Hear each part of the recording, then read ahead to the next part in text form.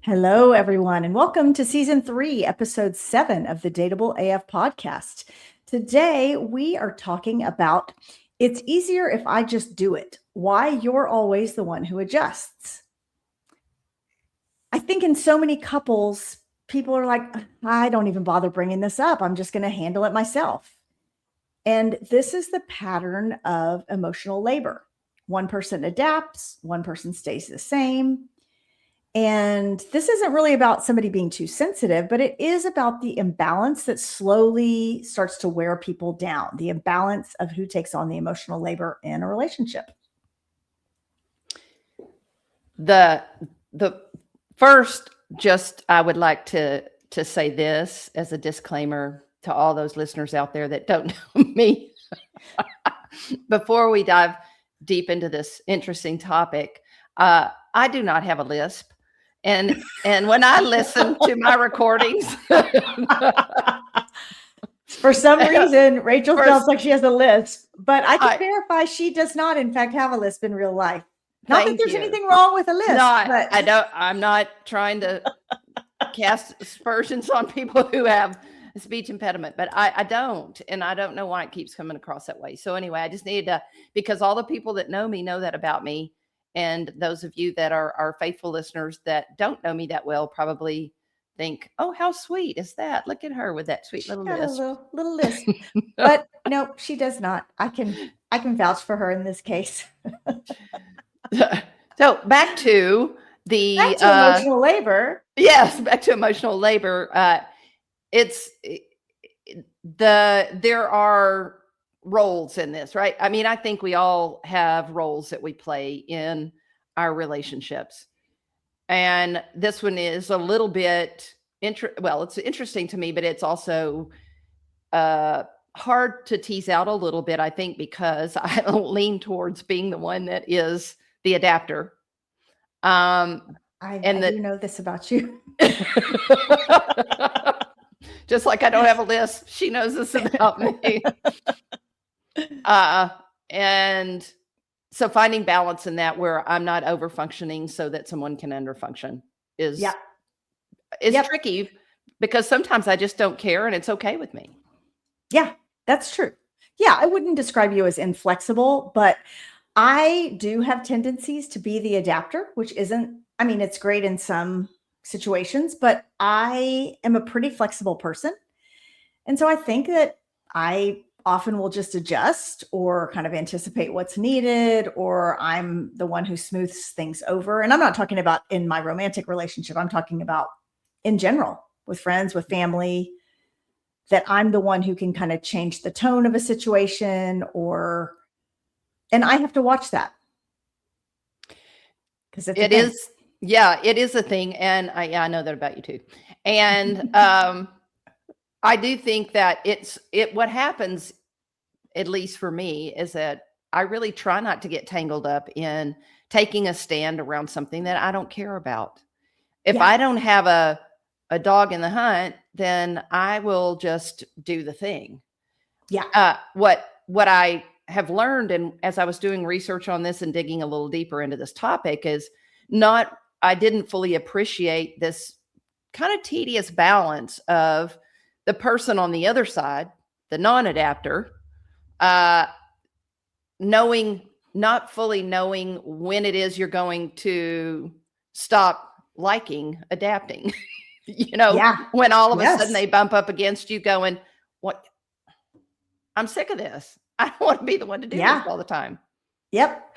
Yeah. And I think that the flexible person often kind of gets the raw end of the deal, and it's fine sometimes, and until it's not. And then like you said, if people around you are used to you being the flexible one, then they're a little taken aback when you say, oh, nope, not being flexible this time. So it can create some ripples. It certainly can. I also do believe for sure that people who overfunction, you have to be mindful, because you allow people to underfunction. Mm-hmm. And if another person has a tendency to want to kind of take the path of least resistance, avoid conflict, they're benefiting from all of your flexibility. Mm-hmm. The adapter has a role in sort of putting up a boundary around that so that the other person has something to bump up against. Yep, it's true. And I think that it's a self-perpetuating cycle, that the more one person overfunctions, the more the other person underfunctions. And I see this a lot. And I think that this sort of goes down two paths. One is this one we're talking about with flexibility. But the other thing is this concept that I brought up a few minutes ago of emotional labor, and I think we've probably talked about this on the pod before, but couples today often think that they divide things pretty equally. So they'll say, oh, like I cook dinner and you clean the dishes. Yeah, that seems pretty equal. Somebody planned that meal. Somebody thought of what we were going to have. Somebody went to the grocery and bought the food. So we don't really give credit for all of those things. Or it's like, well, we both go with our kid to their annual checkup. Who found that pediatrician? Who knew that February was the month that our kid needed their checkup? So almost always one person is carrying that. And that is a form of overfunctioning. And I think it's, like our title says, it's easier if I just do it rather than hope and pray that you're going to get on the bandwagon or hope and pray that you're going to step up. It's like, well, I don't want my kid to miss their doctor's appointment, so I'm just going to do it. I'm going to take this back around to dating. And we did talk about this in in some of our other seasons, but it is a good topic because if you are dating out there, something to pay attention to is if you are the one that is setting the date, picking the place, cooking the meal, coming up with the ideas, you need to pay attention to that, because if the other person, they don't have ideas or they actually just lean into it because they don't go out to eat that much. I mean, I have had this happen to me a bit, and I can appreciate one or two times with someone saying to me, hey, you're into food more than I am, and I don't go out to eat that much, so maybe you pick the place. I'm like, okay, that's great. But after about the second time, I need you to get your ass on the line and start exploring some options. Give it a Google. Give it a Google or ask your friends. Yes. Because otherwise you're going to be the person who's always responsible for that because you've set a precedent for it. And I think it's so subtle the way we set these precedents that we don't even think about it. And we're encouraging you guys to think about it. This happens in friendships too. So not just in dating, that, often one person is more the planner than the other, or one person's the inviter. And I think we gotta stay mindful of all that. It does happen in friendships, and just, I know that I firmly believe that you need to nurture the friendships you really care about, and similarly to the ways that you nurture your primary relationship.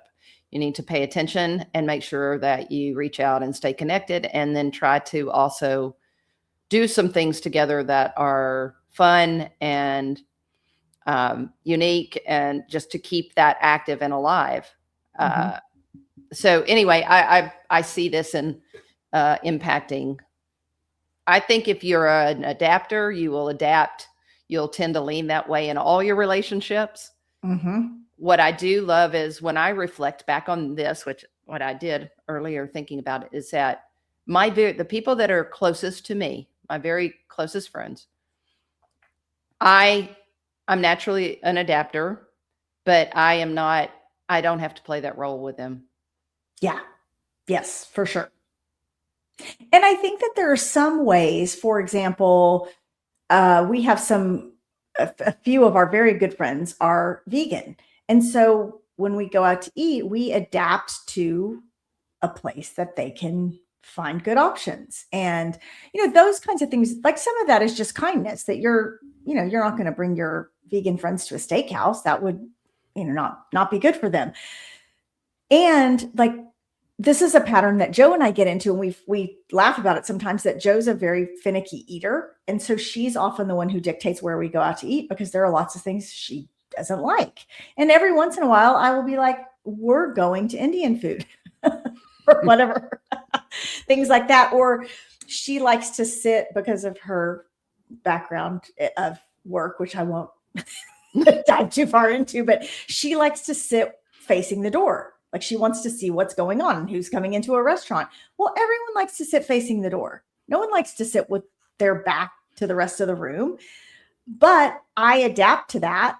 And, 95% of the time, I take the less preferable seat. And then every once in a while, I'll be like, no, dude, today I'm going to sit facing the door.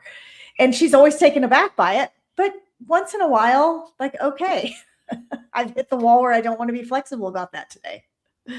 Yes. And if you are paying attention to your person or your friend or whomever, I do think if they don't pick at everything, like generally, if they don't care, they'll just go along to go along.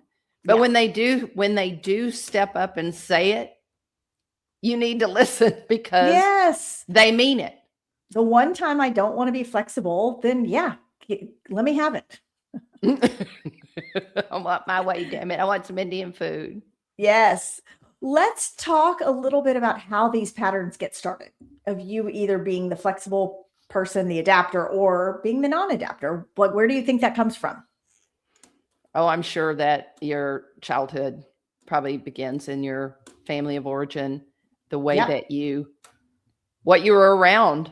I saw this piece when I was doing some research. They call it the weak link partner. I don't know if you've ever heard of that term. I have not. There's some strong research about how far back the origins of that go. And they did the studies on like 2-year-olds, then 5-year-olds. And then along the way, the term is a little, it's relevant to what we're talking about. But in the context of the study, they were talking about it as the person who's less likely to really commit to things. Interesting. You mean the actor is less likely to commit? The weak link partner is. And that's the person who adapts more. No, it's the person who adapts less. Oh, the weak link partner. And they're also they're scareder to commit. So anyway, it was, it really related to being treated poorly as in their early childhood and their unwillingness to expose themselves to potentially being treated poorly. Interesting. So they're being self-protective and they're not going to be flexible because that flexibility could leave them vulnerable in some way. Yes. That's very interesting. I would have almost thought it was the opposite, that if you had a difficult childhood, you were probably always looking around and trying to adapt to keep things copacetic. But maybe those aren't mutually exclusive. They're not. It's funny you mentioned that, because one of the other things I was reading was that it can go both ways. It can, from your childhood, your family roles, the origin of, attachment styles and all those things that come into play. In the research, they did a study where they had these two groups, and some of them went one way to being less adaptive, and others went to being more adaptive with similar childhood trauma. Interesting. Yeah, that makes sense. That, I guess, different personality types would go either way. So you brought up attachment styles. I think that's an interesting one too, because I think if you're securely attached, you can be more flexible. But if you're avoidantly attached, you're probably less likely to flex, would be my guess. Because you don't want someone to need too much from you. And so you're like, whoa, I'm not gonna give here because I don't want you to start to depend on me in some way. So I bet those Yeah. things are related somehow. I would think control, to me, control is a big one in here. And I know that I certainly have a response to if I feel like I typically feel like I'm the one who's going to be better when things are out of control. Mhm. That if things are uncomfortable, and a part of what, we've talked about a little bit, and we're going to talk about more in another episode, just about letting, not feeling like you need to control everything. And then anyway, that is a thing, is that I feel like I'm better than most anybody else if things get wiggy. No shortage of self-esteem here. I just feel like I can put my rudder deeper in the ground. Yeah. And Yeah, get yeah. it. But I also am very aware of where that comes from, because I needed sometimes in my life to put a pretty deep rudder in the ground. Yeah. And so I have a lot of confidence about that, but not for good reasons. Right. Yeah. Yeah. You needed to develop that to Yeah. keep things calm for yourself at a younger time in your life. Yeah. I think that's true. Yeah. It is interesting. And just tolerance of discomfort. I think that's what you're speaking to now, is like, Yeah. if I'm on a car trip and I have to go to the restroom, okay, I'm not going to demand that we stop right this second because I need to pee. I'm not that person, or I'll take care of my own hunger or whatever. I'm not going to all of a sudden, go over the edge because I haven't had food or things like that. That's, some people are, much more urgent about those things. Mm-hmm. Yeah. So when things are getting hard or uncomfortable, it's like, yeah, just chill for a second. It's going to be okay. It's it. Just breathe. Sometimes I find it hard. The balancing act for me is not being discounting when I feel that way. Because some people feel more anxious about stuff that I don't feel anxious about, Mhm. due to their own childhood stuff. And Yeah. my tendency is to try to make them feel less anxious. Mm. And I think that I've learned over time, there's some delicate balance to just listening and let it be, and let them be uncomfortable, as long as they're doing it in a safe way. Try to validate their feelings instead of trying to move them out of it and go, hey. Yeah. I was going to say, what have you noticed in yourself about how you might try to make someone feel less anxious? Yeah, I want to create a scenario where they might see that their anxiety is not necessary, but Mm-hmm. that's not always very helpful. Yeah. Not necessarily your job, but I get it. Mm-hmm. Yeah. Yep. Interesting stuff. So It is. I think the bottom line to all of this is that people learn to adapt because that's probably how they kept themselves safe at a younger time. And I guess to your point with the research, that there also might be people who dig their heels in and don't adapt because that's what they needed to do to keep themselves safe. So depending on which coping style you developed, it could be either thing. All of this goes to understanding yourself. Yeah. I think it's so important that you explore these things in yourself, so that you do have the ability to share with the person you're trying to connect with, whether it's a friend or family member or your partner. It's not that you can fix all these things, but the deeper you understand them, the better you are at helping understand how they can fit in a relationship in a healthy way. Yes, for sure. If you're the person who's the adapter, I think there can be some hidden costs that come along with that you need to be aware of. Some of the emotional tolls, I think you can get really tired. If you're the person doing all the emotional labor, for in my example, like you're the one planning the meals, going to the grocery, making sure things are in the house to cook, or you're the one who always signs your kids up for sports, or whatever the things are, you can get really tired. The fatigue can set in, and then I think that can lead to resentment of your partner. Oh, yes. The quiet loneliness is a big deal. I think if you don't feel like somebody recognizes the emotional labor that you're doing. Yes. Yeah, it can get really lonely because on the surface, it can look like you have a pretty equal partnership, but underneath, there's almost always someone that's doing way more work. And that can, like you said, get very lonely. I think sometimes the person who adapts or does the bulk of the emotional labor ends up kind of shrinking and losing their voice.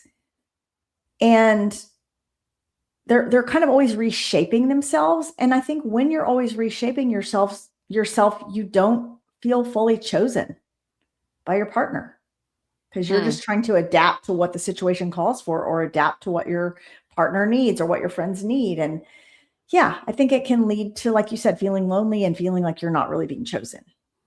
Being chosen, is that sort of similar to not being seen? Yeah, what we I talked mean, about, I guess, last week or a couple weeks yeah. ago. Mhm. Mhm. Yep. What happens to the person that doesn't change? Mm. I Yeah, mean, why don't they that change?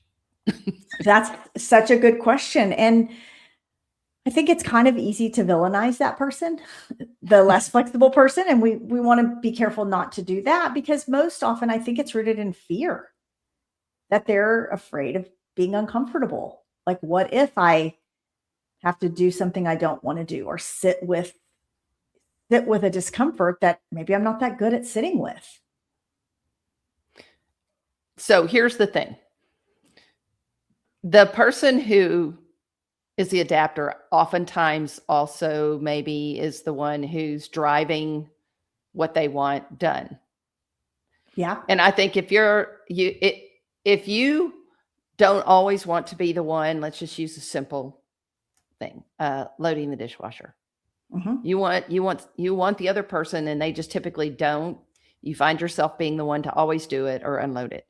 Mhm. Well, if you cannot criticize the other person if they don't do it the way that you like it, if they finally get their ass up off the couch and do it, then don't be critical. Oh, that is such a good one because this dynamic is what keeps people in this cycle.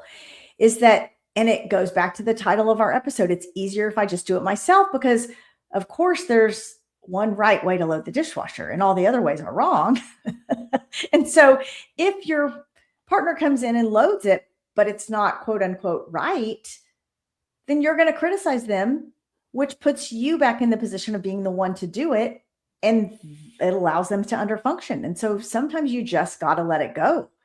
And, the question that you initially asked was, why doesn't the other person change? Well, I think part of why they don't change is because it's too much of a hassle. Like, yeah, I could load the dishwasher, but all you're going to do is complain and reload it. So why bother? One of the other things that I was reading that I thought was interesting about this is there's a power differential that can come into play in this. Mm, That oftentimes what we're calling the adapter sort of begins to think that they are superior to mhm. the other person, the Yes. non-adapter. And in Yeah. all these small ways, they see themselves as a higher functioning individual. Mhm. And to me, that's pretty scary because yes, you may be functioning maybe you are a higher functioning person.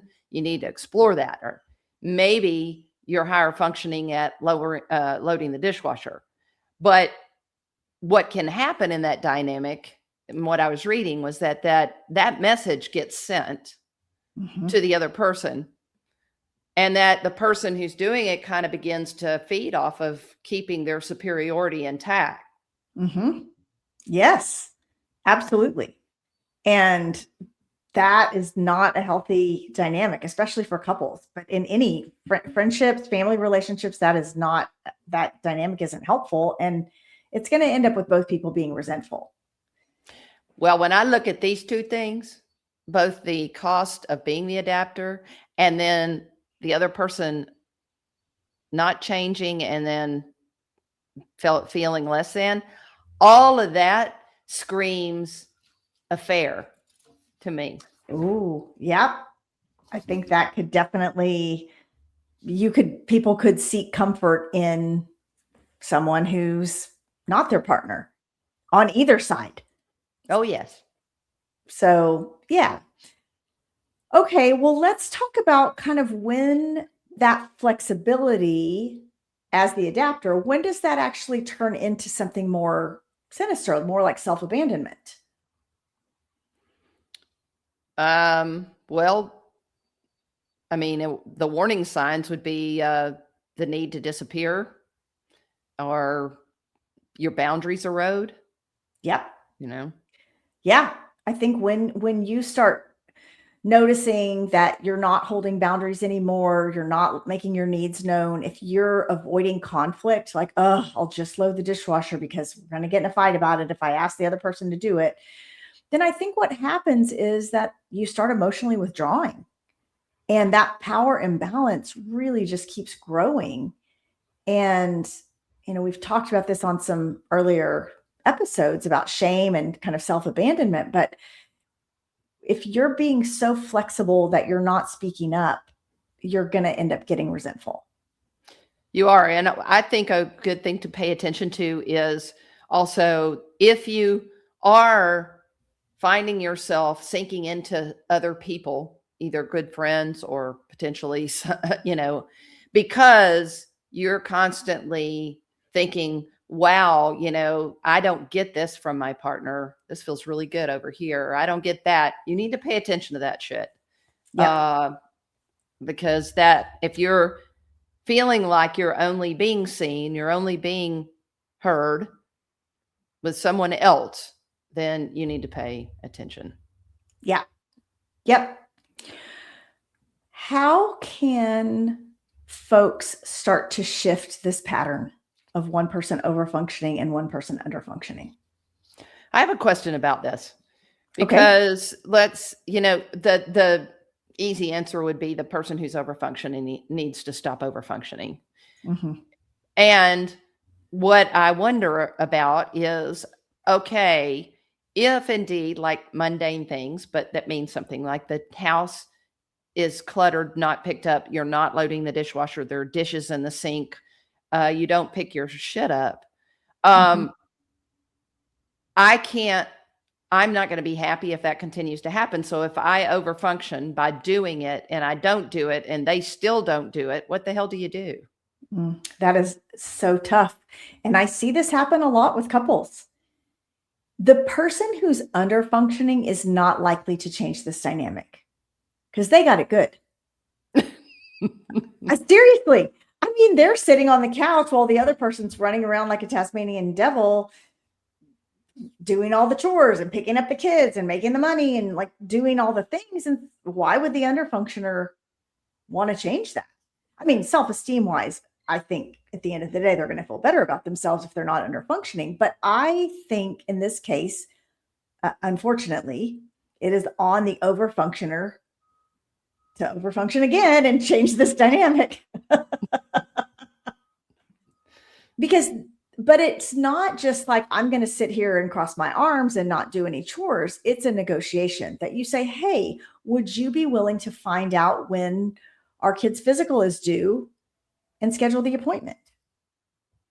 Something like that. Or, hey, it's time to sign the kid up for soccer. Can you find out what leagues are available and, figure out when to sign them up? As opposed to, I'm just going to sit back and not do anything and see if you step up. It's like, they don't know they're supposed to step up. And so having that discussion, and often, a plug for my profession here, I think often that is more effectively done in therapy because the therapist can help guide it so it doesn't go off the rails. That's what I was thinking, was that it might be better. I mean, the conversation, there's a reason why the person is under functioning and not feeling a sense of needing to do stuff and participate in the relationship as more of an equal. And my guess is that it's a whole lot more than just, I don't want to. I don't feel the need to do that. Yeah. So it just seems to me that it's probably a little bit more of a nuanced conversation. Yeah. So that because I can't imagine just criticizing them and saying, hey, do the damn dishes. It's not going to work. That's not the answer. No, Yeah. absolutely. But saying, hey, here are the 10. One of the exercises that I have couples do, and if you're listening and this feels helpful to you, you could try it. I have couples make separate lists of the things that they need to do in order to keep their lives functioning. And often the overfunctioners list will have 50 things on it, and the underfunctioners list will have 10 things on it because they don't even know what those other 40 things are. And so the idea is that, we put these two lists together and then we divide and conquer. Because the underfunctioners often like, oh, wow, like I never even thought about meal planning. I would have just eaten cheese and crackers for dinner. I didn't even think about this. And so it helps people figure out what all needs to get done. And then you can divide. And once you make an agreement, like I'm going to be the person who takes out the trash, then keep your agreement. And if you don't keep the agreement, that's a whole separate issue. The issue isn't the trash. The issue is that you're someone who's not keeping an agreement that you made with your partner. Right. So that's a deeper thing to explore. Well, when I met Sarah, I was doing my grocery shopping at a little market down the street. I feel that we have talked about this before, that you always wonder who buys those, real faded boxes of Cocoa Puffs at the 7-Eleven. Now I know who does it. It was Rachel. But it was innocent on my part. I think you still buy your peanut butter at the Walgreens, if I remember correctly. I do, because I need the Jif. But, and I'm going to admit that I am so glad and grateful that we are not presenting a list of the things that we are doing related to this podcast, because I am woefully underfunctioning as my partner over there is overfunctioning. I don't even know all the things that she has. She talks to me about it every now and then as if I'm going to understand it. And I hear her mouth is moving and she's saying words that have to do with the technology, but I'm sorry. And I just want to say that if I'm the tech whiz in any given situation, you know that we're all in a lot of trouble. Technology is not my strong suit, but I have figured out the right buttons to push to get us recorded. So I don't know that that's over functioning, but yeah, it's okay. I'm doing the best I can. Oh, goodness. Well, let's talk about what we want folks to take away from today's episode. Well, being flexible is not the same as being invisible. And I think we really do want to bring that home is, guys, we're not trying to say don't be flexible. Do not argue about something that does not matter to you. Right. Yes. Don't leave this podcast and go home and put a stake in the ground around something that you don't care about. Right. Save it for the things that matter. Yes. And on the flip side of that, like you said, you don't want to let yourself become invisible.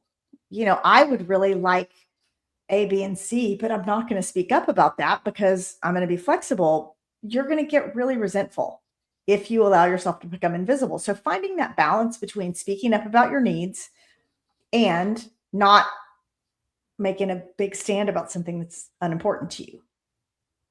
And doing that doesn't mean that you're demanding too much. Just means that you're trying to have an equal relationship. Yes, absolutely. And putting yourself in the other person's shoes, would you get mad if that person took a stand about something? Probably not. And so assume that they're not going to get mad that you're taking a stand, and don't second guess yourself that you might be demanding too much. Well, and relationships need to be as close to 50-50 as possible. I know that they're typically, I'm sure in your world of therapy, Sarah, I would venture to guess that most couples are not 50-50. But getting closer to that, I think Brene Brown said that something about that one time. It's like, no, they're really like, most of them are, 60-40 at best or something. But yeah.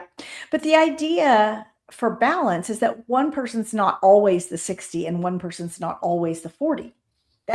this week, what I have to give is 40% and you've got 60. And then in a few weeks, I'm going to come back and now I've got 60 to give. So there has to be reciprocity. So yes, it shouldn't just be one person carrying the relationship. And if it is, it's probably not going to be sustainable. Well, that's a lot of advice that we've given our audience. It is. I think that the bottom line with all of that is that you deserve to be met halfway. You shouldn't be the one that's constantly going 90% and your partner's doing 10. I agree. So, yep. So if you want to talk more about this with your partner, with your friends, with your family, here's a question for you. Where do you notice one of you adjusting more than the other? And how does that affect how connected you feel? And this could be on either side. Maybe you're the flex person and maybe you're not. And how does all of that impact your connection with one another? And we want to hear from you. We really love getting your feedback. We love getting your emails. We love getting your DMs. So please do connect with us. You can email us info@dateableaf.com, or you can DM us on Instagram. We are @dateableaf. And if this episode resonated with you, please share it with a friend who might need it. As always, we want to thank you for listening to the Dateable AF podcast, where we help you find your happy ending. And remember, be bold, be kind, and for the love of self-respect, don't text your ex. Stay dateable. AF.